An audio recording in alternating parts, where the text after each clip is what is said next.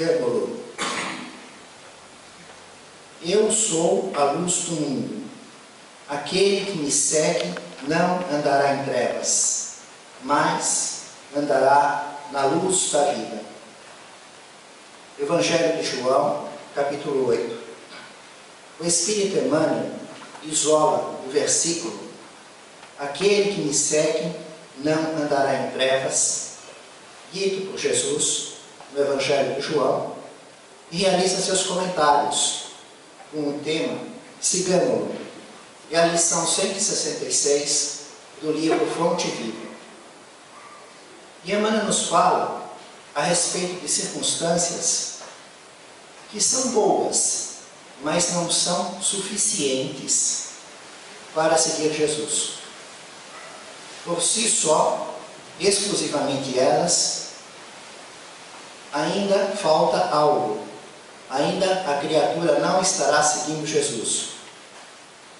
Por exemplo, admirar a glória do Cristo.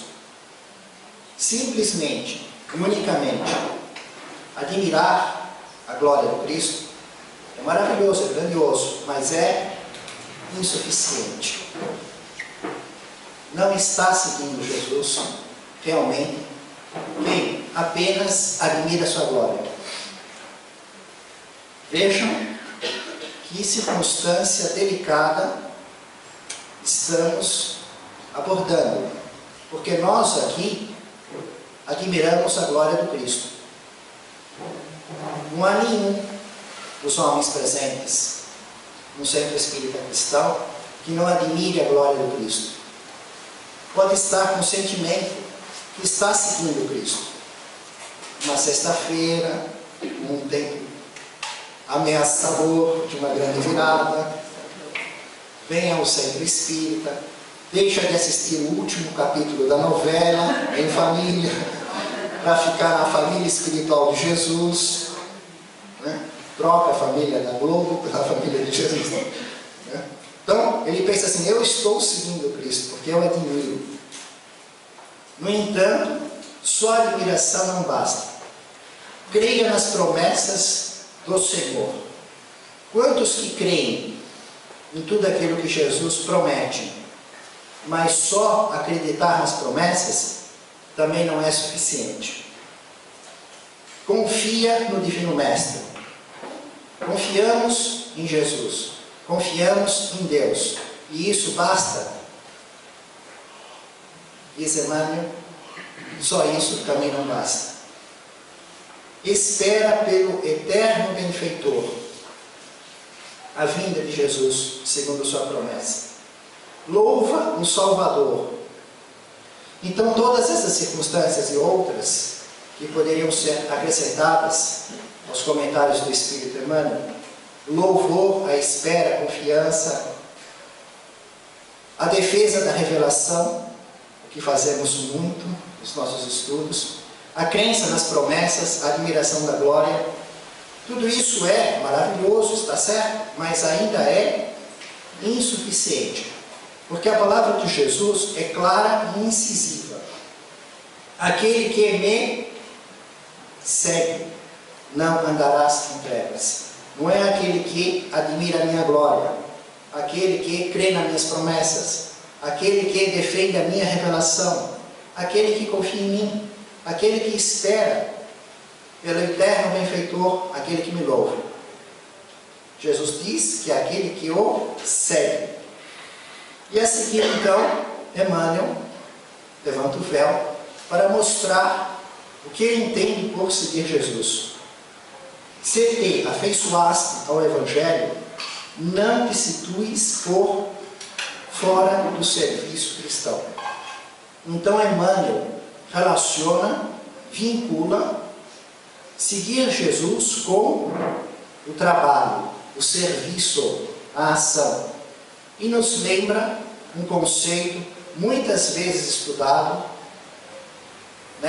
em todas as casas espíritas cristãs, a respeito da palavra oração.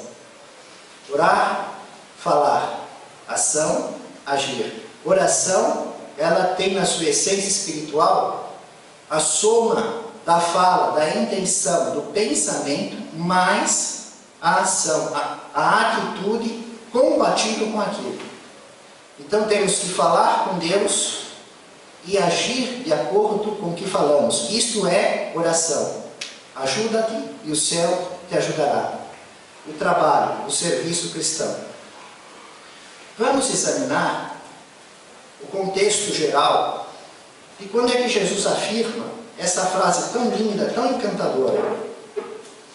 Me causa assim, parece aquelas noites de luar fantástico, que a gente olha o mar, vê aquela lua refletida, ou o sol, o pôr do sol, nos leva a uma dimensão. Eu sou a luz do mundo. Imagina Jesus falando isso para a multidão, para os judeus. Eu sou a luz do mundo. Aquele que me segue não andará em trevas, mas andará na luz da vida. Onde? Por quê? O que acontecia com o povo judeu? Qual era o drama em que Jesus realizou esta afirmação, deu esse testemunho?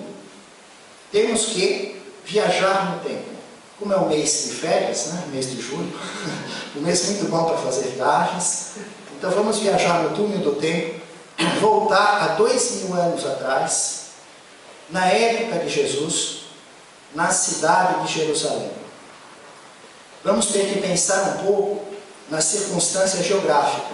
Naquela cidade de montes, e nós estaremos vivendo, construindo esse cenário, que começa dias e semanas antes deste momento, mas os dias, todos eles tinham essa mesma condição, essa mesma sequência, que Jesus ia do Monte das Oliveiras para o Monte Moriá, onde está o Templo de Jerusalém. Bem cedo de madrugada, para ensinar o povo. E depois voltava para o Monte das Oliveiras, e entre os dois montes há um vale, o Vale do Cedron. Então, imagina aquele monte grande, alto, aquela descida, o Vale do Cedron, um riacho, correnteza d'água, mais seco, com mais razão, conforme a época. Aí a subida, e chegamos no Monte Moriá, um de frente para o outro. Logo, onde Jesus passava a noite, no Monte das Oliveiras, em que haviam várias cavernas naturais, inclusive uma delas é venerada por ser o local em que Jesus ensinou a oração do Pai Nosso aos seus discípulos. Está construído no lugar a igreja do Pai Nosso, com a escritura, a tradução do Pai Nosso em mais de 60 idiomas, todas em ladrilhos. Nós vamos vendo, em português temos 3/4, né? Devido à época, o país, vamos observando, e toda aquela construção em volta, preservaram a gruta, aquele espaço dentro da rocha, né? A gente desce umas escadas, passa por ele, vê o local que é venerado como o local onde Jesus ensinou o Pai Nosso aos seus discípulos, depois sai por outro lado e vai desfrutar toda aquela instalação enorme, gigante. E o que estamos fazendo no Monte das Oliveiras, com a vista panorâmica espetacular, olhando para o outro lado, vendo o Monte Moriá hoje. Hoje nós vemos a área que foi o templo, porque o templo foi destruído, e o domus dourado da mesquita, né? Aquela abóbora de uva, assim, que passa muito na televisão, na fotografia. Aquilo está construído onde era o templo. O templo tinha uma área gigantesca.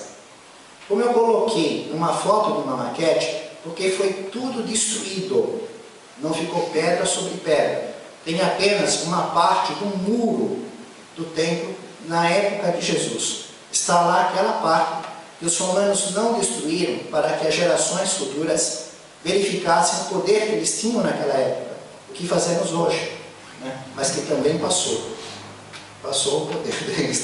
Tem uma marca naquele muro, eles ficaram pondo pedras em cima, depois. Então nós vemos as pedras que foram colocadas pela administração do rei Herodes o Grande, que Jesus via, e seus apóstolos viam, e a parte de cima, o muro das lamentações, onde tem lá aqueles espacinhos, a gente vai colocar algo escrito. Eu coloquei o nome da Casa Esperança Centro Espírita. Fiquei pensando nas pessoas que estudam conosco, no nosso grupo, né? E vivência fraterna. Então, naquela época, o que eles viam era o templo, porque o templo não estava destruído. O templo, existem hoje maquetes, e o que eu publiquei no Facebook para o grupo Casa Esperança e o grupo de amigos, foi a imagem da maquete. E aí vieram duas pessoas, um comentário informal, uma delas até escreveu que imaginava que fosse maior. É que aquilo é uma foto, a ideia de uma foto aérea de uma maquete. A área do piso do templo é 121.380 metros quadrados. Um Maracanã, antes desse padrão FIFA, que foi reformado, tinha 68.528 metros quadrados. Era 2 vezes a área do Maracanã, a área de piso do templo. Era um retângulo e a face, uma das faces tinha 430 metros, 443 metros. Quase perfeito, né? A outra face, 288 e 256 metros. Um retângulo em cima do Monte Moriá. Então, dali se via o Monte das Oliveiras, cujas árvores e a característica geográfica está ainda até agora preservada. Inclusive, existem árvores de 900 anos constatadas botanicamente, né? E o Monte Moriá, naquela época, se via o templo, com a sua fronte de ouro. Agora, vamos ver quem prestou atenção na fotografia. Né? Vamos ver se é Elisa. Cadê a Elisa? Já saiu daqui? Se ela se lembra bem da viagem. Quando nós estamos no Monte da Oliveira e olha para o templo, qual das duas áreas do retângulo nós estamos vendo? O lado maior ou o lado menor? O lado que tem 443 metros ou o lado que tem 288 metros? O lado maior, que tem 443 metros. E no meio, o pórtico de Salomão. E no alinhamento, depois a Porta Formosa, que é onde tem o Pátio das Mulheres. Porque eles dividiam as áreas que podiam entrar as pessoas. Então, ele era todo murado, as pessoas entravam, tinham várias entradas, a entrada principal, a nobre, a suntuosa, pórtico de Salomão, rei Salomão. E aí ficava no pátio que todos podiam ficar, o pátio dos gentios, dos estrangeiros. O que tinha lá? Animais que iam a sacrifício, iam ser ofertados: o bezerro, o touro, o boi, a ovelha, o carneiro, o cabrito, o pombo para os pobres, as coisas das ofertas e os cambistas. Porque não podia doar no templo a moeda que não fosse do judaísmo, porque era impura. Então quem tivesse a moeda romana tinha que fazer o câmbio para ter a moeda do judaísmo para entrar aonde estava a sala dos tesouros e fazer a sua doação. Então o pátio dos gentios era o maior, porque juntava todo mundo. O meio era aberto assim, e as laterais eram cobertas, que era a largura do muro, cheio de colunas, centenas de colunas. Então tinha uma área coberta, uma área aberta. Se vê esse detalhe com muita facilidade na imagem, né? O que está publicado no Facebook. E tinha lá uma placa, a lei deles, que se o estrangeiro entrasse no lugar preservado para os judeus, era pena de morte. Eles tiravam de lá e executavam. Aquilo era sagrado, só podia entrar judeu. E mesmo assim tinham as separações: o pátio das mulheres, depois aonde podiam entrar os homens, as mulheres não podiam entrar, e depois os sacerdotes, onde havia o altar do sacrifício dos animais, as rampas, onde eles eram sacrificados, queimados, tirados sangue. E aquela construção alta, dividida em 2 ambientes, coberta, o santo e o santo dos santos. Mas tem um detalhe muito importante. Quem olha do Monte das Oliveiras para o templo, na parte esquerda, nessa de 288 metros aproximadamente, e fora a fora, esses mais de 200 metros, tem uma construção alta, um andar de cima alta, que é o sinédrio. Já ouviram falar do sinédrio? Está lá no templo, dentro do templo, nessa área. E a escola rabínica, doutores da lei, os escribas, Os judeus ouviam a lei desde os 5 anos. Mas para aprender a ler e escrever, poder discutir minúcias da lei, eles tinham que fazer essa escola. Era o maior orgulho, né? A escola rabínica. O que estava acontecendo na época, em termos de Jesus e sua presença em Jerusalém, era uma grande divisão. Não tinha unanimidade, nem no povo, nem nos fariseus, nem os seus discípulos não conseguiam compreendê-lo, quando ele falava que ele teria que ser crucificado, da sua missão. Era muita divisão. O povo dizia assim: ele tem um poder incontestável, gigantesco. Talvez ele não seja o Messias, mas quando o Messias vier, será que ele vai fazer o que este homem faz? Porque o que ele fazia era extraordinariamente grande.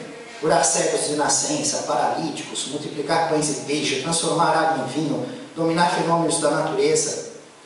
Mas então por que eles duvidavam se ele era o Messias? O que eles esperavam do Messias? O grande libertador. Cadê a espada? Cadê o discurso da revolução? Cadê a força? Jesus ensinava: se baterem numa face, dá outra. O perdão das ofensas, a essência do amor. E o povo também dizia: na Escritura consta que o Messias vem da tribo de Davi, tem que nascer em Belém de Judá. E ele é da Galileia. Pensavam que Jesus era conhecido, Jesus de Nazaré, o Galileu. Andava com os pescadores galileus. Era conhecido por Jesus da Galileia. Os fariseus eram quase unânimes contra Jesus e queriam prendê-lo e matá-lo, porque Jesus realizava os poderes que eles não tinham condições de demonstrar estar inserido no poder de Deus, com suas curas, com seus ensinos, com o consolo e esperança, o seu magnetismo. Além do mais, Jesus afrontava muitas partes da lei, como curas ao sábado. Então os fariseus sempre planejavam matar Jesus, mas tinham uma grande dificuldade em relação à multidão, porque a multidão era dividida. E aí eles não tinham um domínio para executar isso. Além do mais, os guardas também não conseguiam cumprir a ordem de prisão. Os fariseus diziam: Jesus está ensinando no templo, vão lá e prendam Jesus. Eles iam armados, com o poder da espada fio do corte, ficavam ouvindo, foram para prender Jesus. Jesus simplesmente dizia: a minha hora ainda não é chegada. Eles não conseguiam sacar a espada, passar fio, prender. Eles voltavam e diziam para os fariseus: nenhum homem jamais falou como este homem fala. E os fariseus ficavam furiosos. Como vocês não reconhecem? E ficavam indignados, dizendo que aquele povo era um povo maldito. Isso é a letra do Evangelho. Os fariseus dizendo: este é um povo maldito porque não conhece a lei. Porque o povo ficava ouvindo Jesus.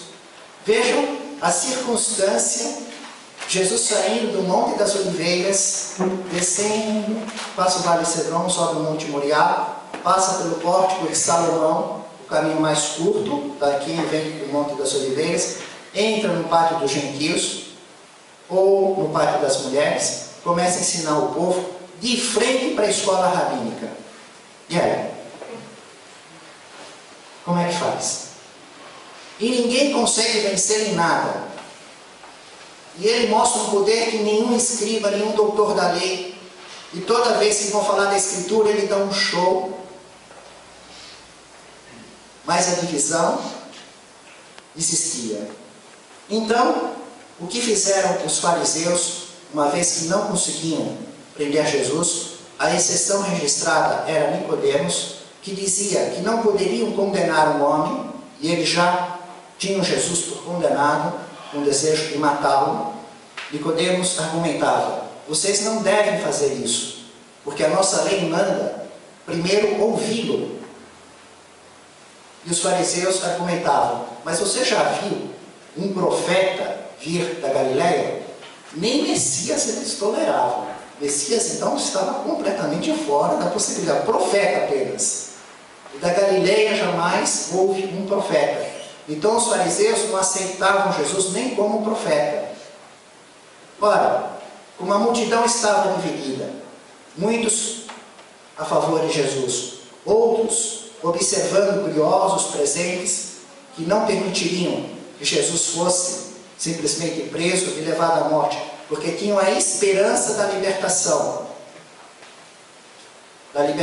que é anunciada desde Moisés, a vinda do Messias para estabelecer um reino que não teria fim. Então os fariseus vão até Jesus com uma mulher flagrada em adultério, pensando em provocar um dilema do qual Jesus não tivesse saída. Nós não saímos do tema do estudo, nós estamos estudando porque ele falou: eu sou a luz do mundo. Mas é que sem estar conhecendo a geografia, o que estava acontecendo antes, porque havia divisão entre eles, porque os fariseus queriam matá-lo, e esse desafio que eles imaginam, nós não vamos entender a beleza do momento que ele afirma isso. Porque os fariseus vão pensando que agora eles conseguiram colocar Jesus num dilema sem saída, uma espécie de checkmate no xadrez. Pois Jesus ensinava o perdão, ouviram o que vos disseram, quebradura por quebradura, dente por dente, olho por olho. Assim como você for desfigurado, irá desfigurar o seu inimigo. Ouviram o que vos disseram? Eu, porém, vos digo: se te baterem numa face, dá outra. Perdão das ofensas. Então, a mulher flagrada em adultério, e segundo a lei do Deuteronômio, a mulher e o homem flagrados em adultério era pena de morte. Porém, embora a lei escrita recebida por Moisés era assim, a aplicação da lei era diferente. A mulher flagrada em adultério sempre tinha que morrer, pena de morte de pedrada. O homem depende. Se a mulher fosse casada ou noiva, aí ele tinha que morrer porque ele ofendeu ao homem, o proprietário dela. Porque a mulher era a propriedade do homem. Ele tinha pago um preço, um ato, ele tinha feito um contrato com o pai dela. Um contrato, um ano de noivado, paga o preço, recebido a mercadoria. Estaria ofendendo um homem, então aí ele tinha que morrer. Mas se a mulher não tivesse o homem envolvido, né, no noivado, ele fosse adulterando a sua mulher, aí não tem problema. A pena não era aplicada. Aliás, aquilo que ocorria na época do Cristo, leis escritas de um jeito, aplicadas do jeito que se quer, não preciso gastar tempo explicando isso, precisa? Isso acontece nos nossos dias, não é assim? A nossa sociedade também, assim, um monte de lei que não pega, que pega, impunibilidade, então era dentro desse contexto. Aí eles foram com a mulher flagrada em adultério, no meio da multidão, no templo. Esta parte, nós não sabemos exatamente em que parte do templo, mas era no templo. Já a parte que Jesus diz: eu sou a luz do mundo, nós temos certeza do local. Foi no pátio das mulheres. Por quê? Porque está escrito no Evangelho. O evangelista João, que anota o fato, diz que foi lá, na sala das ofertas, do tesouro, no pátio das mulheres, que Jesus disse: eu sou a luz do mundo.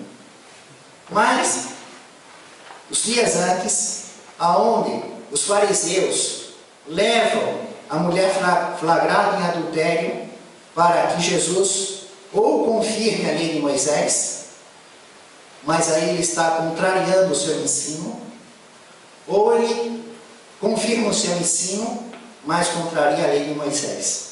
Ficaria então num dilema sem saída diante da multidão, o que talvez pudesse proporcionar um domínio dos fariseus para prender Jesus, colocar uma pena de morte, solicitar ao Império Romano uma confirmação e executar a pena de morte. No entanto, quando Jesus é questionado, ele não responde. Simplesmente ele se agacha, se inclina no solo e naquele pó de pedra começa a escrever com o dedo. o que chamou enormemente a atenção, porque a pergunta foi vista como um dilema para todos. Todos eles entenderam, porque era o dia a dia deles. Diferente da nossa circunstância hoje, que está longe do nosso dia a dia. Precisamos estudar, pensar, observar a época, entrar nesse túnel do tempo, como estamos fazendo, para compreender a emoção. Mas, para os judeus da época, a ficha caiu de imediato. Matar a pedrada? Jesus vai dar essa sentença? Com perdão das ofensas? Os fariseus, se sentindo vitoriosos, cobraram: mestre, rabi, lembram? Rabi, escola rabínica, como está lá na maquete, na escola dos judeus, né? Estamos aguardando a sua palavra. Jesus se levanta, olha para eles e diz: aquele dentre vocês que estiver sem pecado, atire nela a primeira pedra. Se inclina e continua, não olha para ninguém, continua na pó de pedra escrevendo. Todos se retiram, começando pelos mais velhos, viveram mais, têm mais pecados. Depois Jesus disse para ela: mulher, cadê os que te acusavam? Ninguém te condenou? Ninguém, Senhor. Eu também não te condeno. Vá e não peques mais. Nos dias seguintes, Jesus vai no pátio das mulheres, depois de ter vencido esse desafio, mostrado para o povo que aquela discussão, mas olha a escolha rabínica, os doutores da lei, os escribas, os fariseus, os que aprendem a ler e escrever, quem nos ensinam a lei, versus Jesus, simples, carpinteiro, da Galileia, mas que conhece a lei mais profundamente, que discute a lei, foi colocado nesse desafio, se saiu de um modo brilhante, vencendo esta colocação dos fariseus. Então Jesus foi no pátio das mulheres, na caixa dos tesouros, que eram 13 caixas coletando tesouros, doações de moedas, 13, colocadas numa certa altura, com formato de chifre de carneiro, aquela base estreitinha, assim, ela vai abrindo, né? E as trombetas anunciavam os doadores, para mostrar de forma orgulhosa, né? Estou amando a Deus. Primeiro mandamento: amarás a Deus de todo o teu coração, de toda a tua alma, de todo o teu entendimento, de todas as tuas forças. E era uma maneira deles mostrarem que estavam amando a Deus, iam fazer suas ofertas, suas doações em moeda judaica, depois de ter feito o câmbio no pátio dos gentios. Numa das 13 caixas coletoras, gasofilácio, uma palavra aqui utilizada numa das traduções do Evangelho segundo o Espiritismo. E aí a trombeta, né, dando muita evidência. Então os fariseus, dentro desse contexto derrotados, Jesus anuncia às pessoas: eu sou a luz do mundo. Aquele que me segue não andará em trevas, mas andará na luz da vida. Os fariseus, então, questionaram a respeito desta afirmação, desse testemunho, dizendo que ele estava dando testemunho apenas por ele. E a lei dos judeus só admite em algo quando o testemunho é de 2 homens. O testemunho, hoje, para nós, ele tem um valor relativo. Ainda na justiça, o testemunho, alguém que viu, constitui uma peça.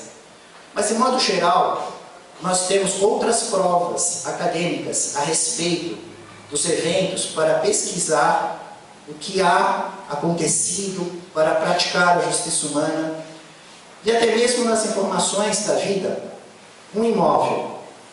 Vamos no cartório do registro de imóvel, verifica se tem a escritura, a matrícula. Esses procedimentos naquela época, eles não tinham a perícia da polícia, não tinham essas informações acadêmicas, não tinham os cartórios de registros. Então a questão da palavra, em verdade eu vos digo, quando Jesus utiliza essa expressão para mostrar que é algo sério, grave, o testemunho de duas pessoas era de extraordinária importância. Lembramos 3 passagens que revelam a grande importância do testemunho. Logo de início, os 10 mandamentos. Um deles, não prestará falso testemunho. Gigantescamente importante. Está entre os 10 mandamentos que a palavra de Deus trouxe para Moisés no Monte Horebe, no deserto Sinai. Quando Jesus foi condenado no Sinédrio, eles buscavam o testemunho de 2 homens, mas não conseguiram. Trouxeram várias testemunhas falsas. E a letra do Evangelho diz que não houve 2 homens que pudessem fazer um testemunho falso coerente.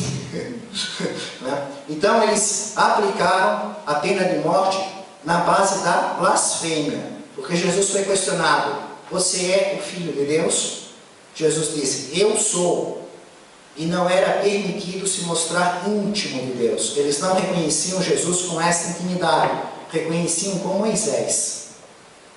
Então, em virtude disso, blasfêmia, pena de morte, e o sumo sacerdote diz: não precisamos mais de testemunhas, porque ele precisava de 2 testemunhas. Ele queria, Jesus estava preso, Jesus estava lá, mas cadê as testemunhas? Não apareciam. Vejam como a testemunha era importante. E na própria anotação do Evangelho de João, no capítulo 19, João anota que os 3 estavam na cruz. Jesus no meio e 2 ladrões.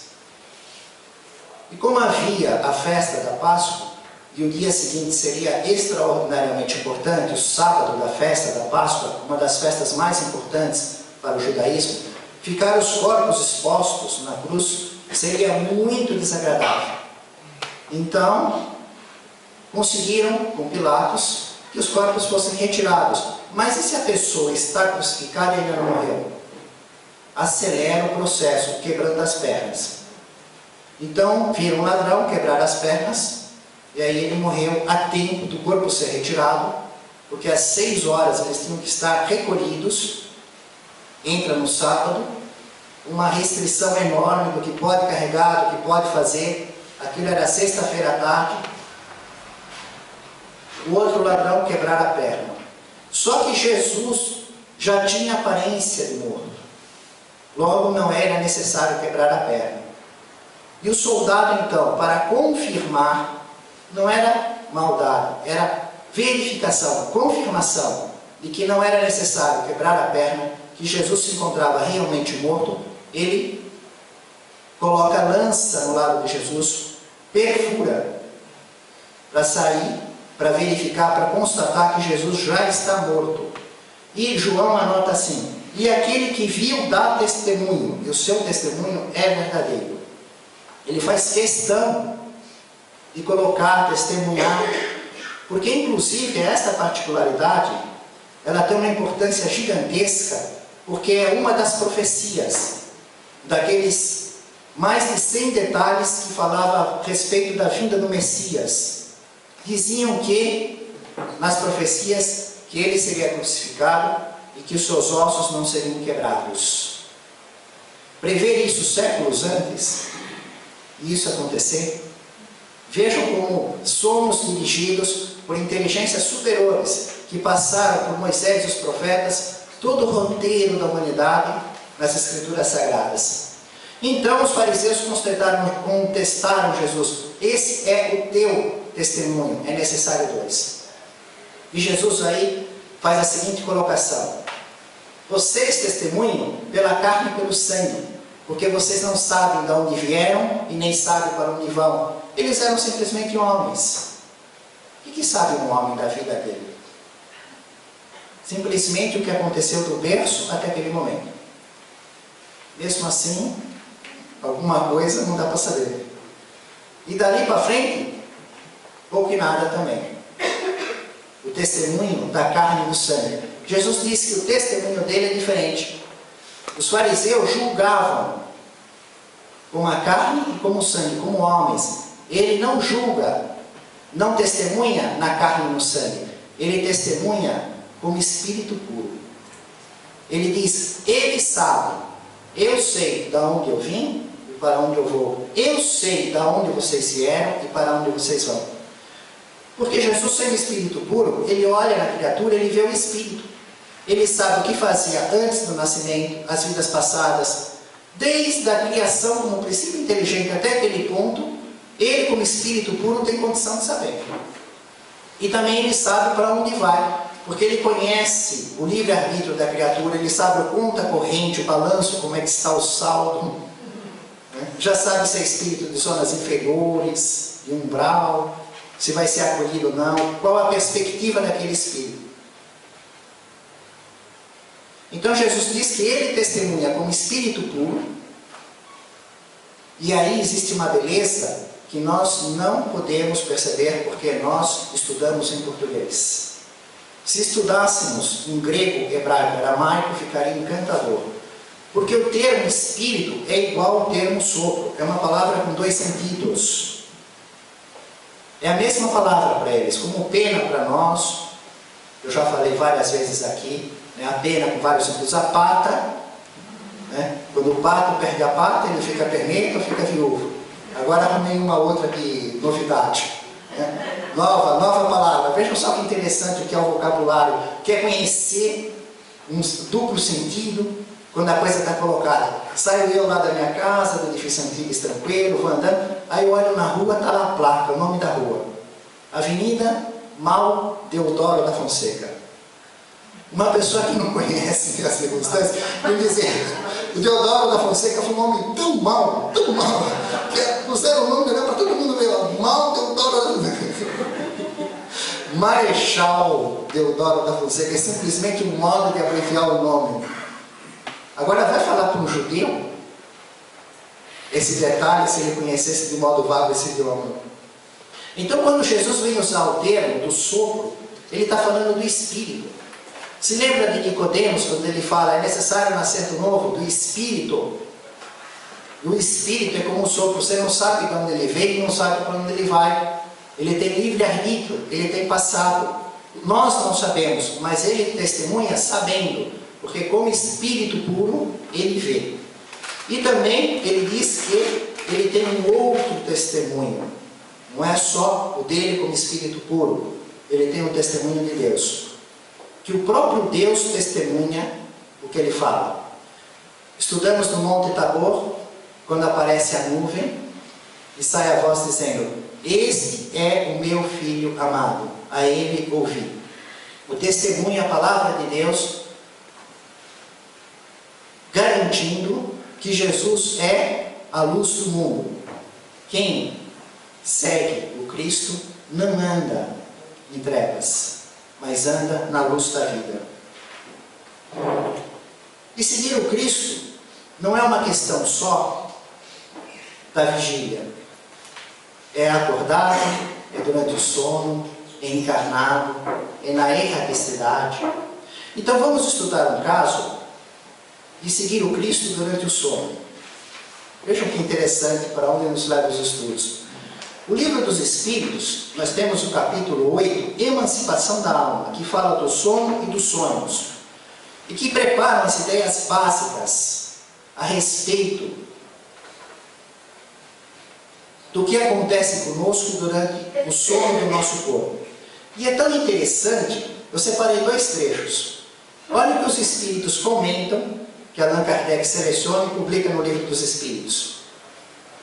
Pobres homens, como é pequeno o vosso conhecimento sobre os fenômenos mais ordinários da vida. Acreditais ser tão sábios, e as coisas mais banais os confundem. Diante desta pergunta que todas as crianças fazem, o que fazemos quando dormimos? O que são os sonhos? Ficais sem resposta. Estamos em mais de 7 bilhões de pessoas encarnadas, todas dormindo todo dia. Há milhares de anos o homem dorme, ignora completamente não sabe se preparar, quase anula a competência de seguir Jesus durante o sono do corpo. Acham que simplesmente foi dormir, acorda depois descansado, convive com sonhos e pesadelos, não tem a mínima ideia.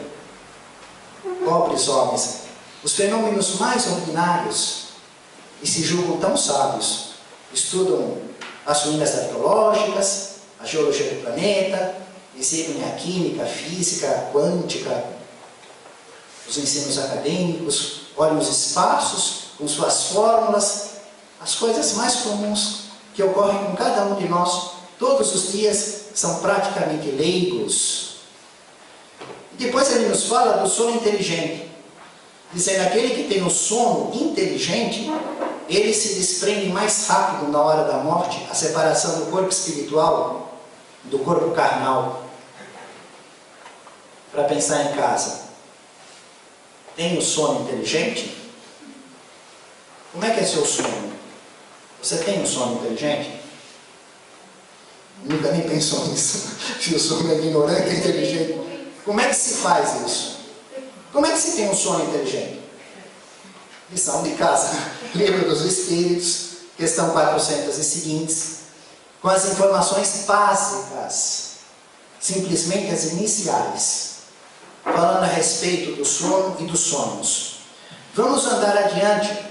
Vamos no livro Missionários da Luz, onde vamos ter um caso de sono inteligente de uma pessoa lúcida, consciente, que estaria então seguindo Cristo, orando e fazendo, servindo, buscando fazer algo de útil, de estudo, de instrução, de ação. Estamos lá. Livro Missionários da Luz, que foi publicado no ano de 1945, 13 de maio de 1945, o capítulo 8, no plano dos sonhos. André Luiz vai com seu instrutor, Alexandre, numa casa espírita cristã muito semelhante desta, com vários pontos de contato, de semelhança com esta casa, pelos dados que ele coloca lá. Por isso que eu disse que o livro foi publicado em 1945. Evidentemente não foi a Casa Esperança, porque a Casa Esperança é de 1998.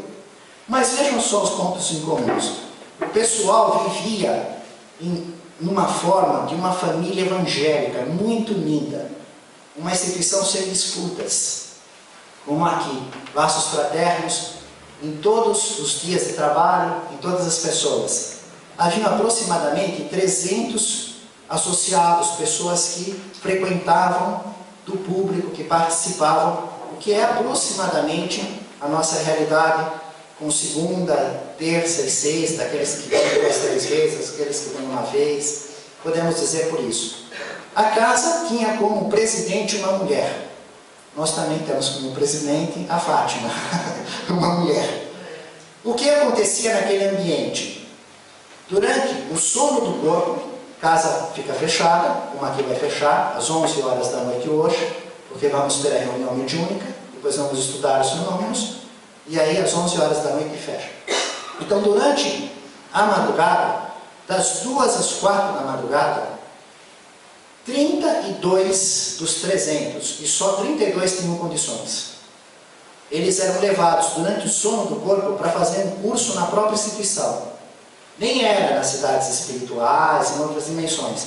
Isso para facilitar a ida desses humanos, porque ia andar menos nas dimensões espirituais e, além do mais, ia encontrar a circunstância favorável do fluido vital. Porque o público orando, pensando, meditando, deixa uma fartura enorme de fluido vital, que é utilizado pelos espíritos nas curas, nos tratamentos, e aí facilita para trazer as pessoas, os espíritos dos que estão dormindo, para a instituição, para nesse contexto estudarem. E naquela noite, o instrutor Alexandre iria fazer uma palestra, um curso, a aula da noite, seria sobre mediunidade e psiquismo. Era um curso metódico.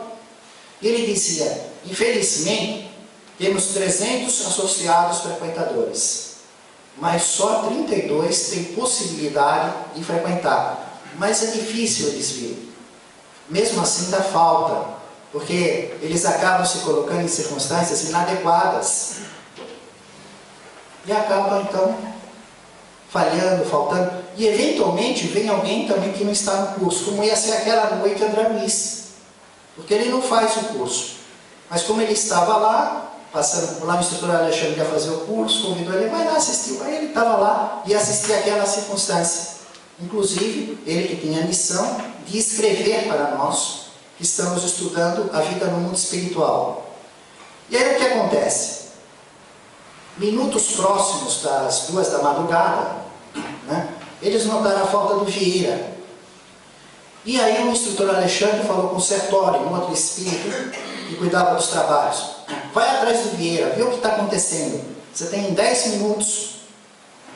Por que ele não chegou? Quem sabe ele está encontrando alguma dificuldade. Então o Sertório convidou André Luiz, que aceitou com muita alegria, e foram até a casa do Vieira. Quando chegaram na casa do Vieira, o que eles viram? O Vieira no seu quarto dormindo, o seu corpo saindo, corpo espiritual pelo espírito, se desdobrando, saindo do corpo carnal, porém, muito horrorizado, tem um pesadelo horroroso, porque ele ficava saindo e voltando para o corpo carnal, saindo e voltando. E essa mudança das faixas, de se afastar do corpo e voltar para o corpo, se afastar do corpo, porque ele sabia que tinha um compromisso, ele queria ir, o corpo estava exausto, precisava do descanso, ele tinha que sair. Mas ele voltava para o corpo porque ele via uma entidade das zonas inferiores, o senhor Barbosa. Aliás, um conhecido dele, um amigo íntimo de família, quando estava vivo, o Barbosa. Só que um espírito atrasado, que estava sofrendo muito na espiritualidade, das zonas inferiores, estava lá. E aí, Sertório pega e fala, olha, você era parente? Não, eu fui muito amigo, nossas famílias foram amigas. O que você está fazendo aí? Ele está morrendo de medo de você? Ah, eu vim esclarecê-lo. Ele ficou falando com a família, e ficou falando de mim, de uma conversa tão leviana, falou, me caluniou. Então, eu vim aqui, ainda mais ele que trabalha lá no Centro Espírita Cristão, às vezes eu fico assistindo ele falar, que devemos ter tolerância, bondade, fraternidade, vejo as exposições, os trabalhos dele, olha o que ele faz. De um amigo, em vez de me deixar em paz, né, como ele não sabia dos detalhes, eu só estou aqui para esclarecer.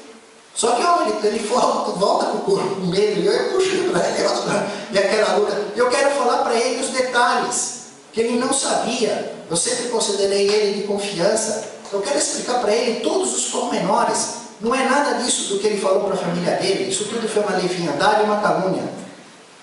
E aí, Sertório disse para André Luiz, ele não vai dar para ir no curso hoje. E André Luiz, mas coitado, ele está sofrendo tanto, o que vai fazer? Sertório falou, eu não posso tirar a entidade à força. Já sei o que vou fazer, vou acordá-lo. Aí pega, dá um grito, e o espírito acorda.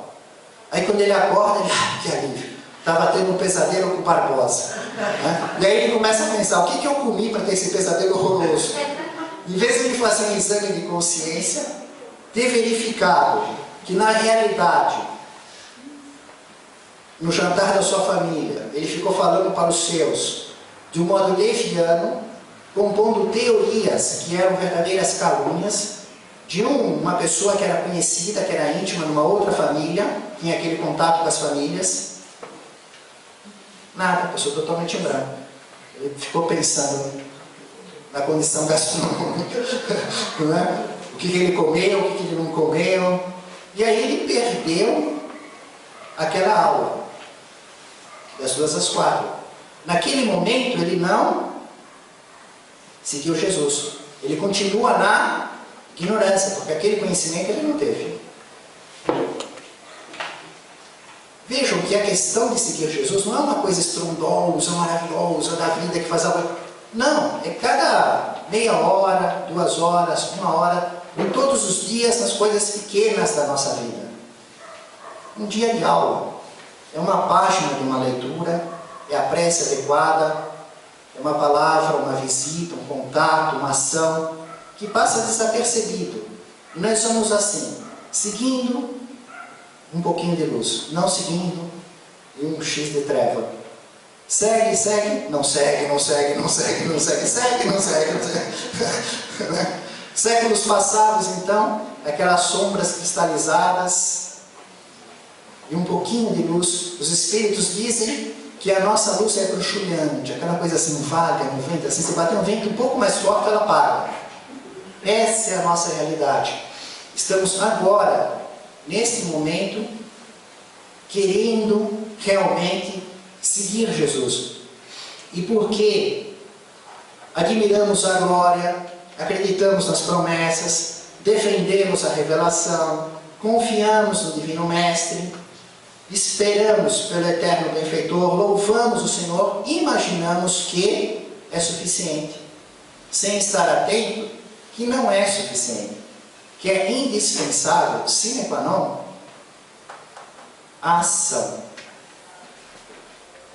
As nossas reflexões finais a respeito deste ensino serão baseadas num fato escrito no Evangelho e num comentário, numa crônica do Espírito Irmão X, através da psicografia de Chico Xavier, em que eu vou empobrecer tudo, o Evangelho e o livro do Chico Xavier, falar com as minhas pobres palavras.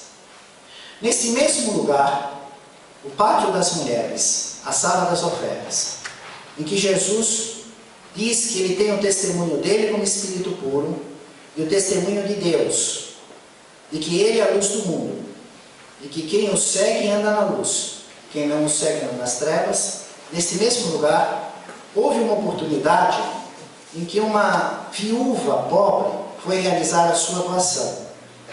E o que acontecia é que todo mundo que ia doar levava aquelas ofertas, aquela trombeta, e segundo o Espírito Irmão X, ele diz que Judas acompanhava rigorosamente as doações, o que as pessoas doavam, o que acontecia na vida das pessoas, a parte financeira, tudo que envolvia dinheiro, ofertas, Judas prestava muita atenção. E ele acompanhava. E Jesus estava sentado no chão, encostado numa daquelas colunas, observando as 13 caixas, os gasofiláceos, as ofertas, até que em um certo momento, essa mulher, uma viúva pobre, começou a andar na direção de uma caixa de oferta, como quem fosse fazer uma doação. Isso chamou uma atenção extraordinária, porque ficaram pensando, o que ela vai doar? Já começou a causar uma indignação, um constrangimento, uma revolta nas mulheres e nos homens que estavam vendo. Até naqueles que tocavam trombeta, ficavam pensando, acho que eu não vou tocar nada. E ela, naquele clima de reprovação, ela foi lá com 2 leptons.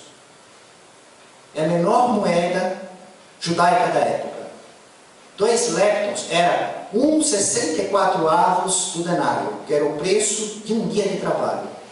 Então, se imaginássemos hoje um salário mínimo, um dia de trabalho, dividir em 64 partes, era isso. E isso era extraordinariamente ridículo para mostrar o amor a Deus no entendimento dos judeus da época.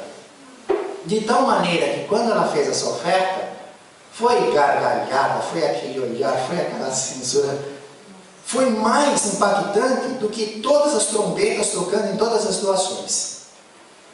Então Jesus se levanta, vai até a mulher, e todo mundo fica olhando, magnetizado, pelo jeito e pelo modo de Jesus, e diz que ela doou mais do que todos, porque todas as ofertas foram do supérfluo, do que não fazia falta nenhuma, e ela tinha dado as suas 2 últimas moedas.